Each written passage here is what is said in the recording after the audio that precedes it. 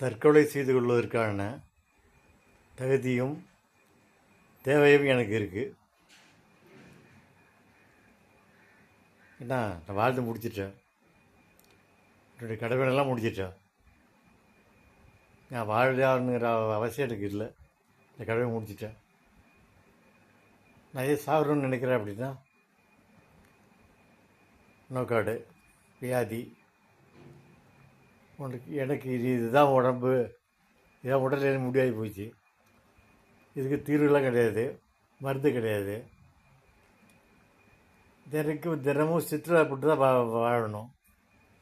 அதனால் இந்த வாழ்க்கை எனக்கு பூர்வம்னு நினைக்கிறேன். அதனால தான் தற்கொலை செய்து கொள்வதற்கான தகுதியும் தேவை எனக்கு இருக்குது.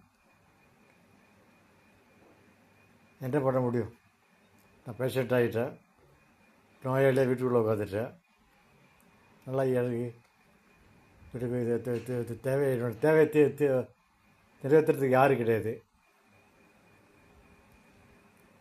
வேறு வழி இல்லாமல் உட்காந்துருக்கேன் வீட்டில்.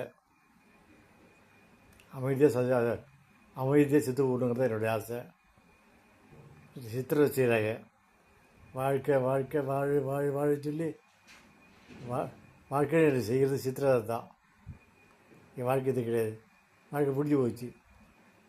அடுத்தவங்களுக்கு தொந்தரவு கொடுக்காம ஒரு வாழ்க்கை தான் வாழ்க்கை. இன்றைக்கி நான் அடுத்தவங்களுக்கு எல்லாருக்குமே தொந்தரவாக தான் இருக்கேன். அதனால தான் நான் இப்படியே செத்துருவா கனவு கண்டேன், உட்காந்துட்ருக்கேன். இதான் ஒரு அதிசயம் நடக்காதா? ஒரு நைட்டுக்குள்ளே போய் ஒரு இரவு அப்படி தூக்கத்துக்கு போயிடுவோமா அப்படி கனவு உட்காந்துருக்கேன். ரொம்ப கஷ்டமாக இருக்குது. ஒவ்வொரு நாளும் நரகமாக இருக்குது. அதாவது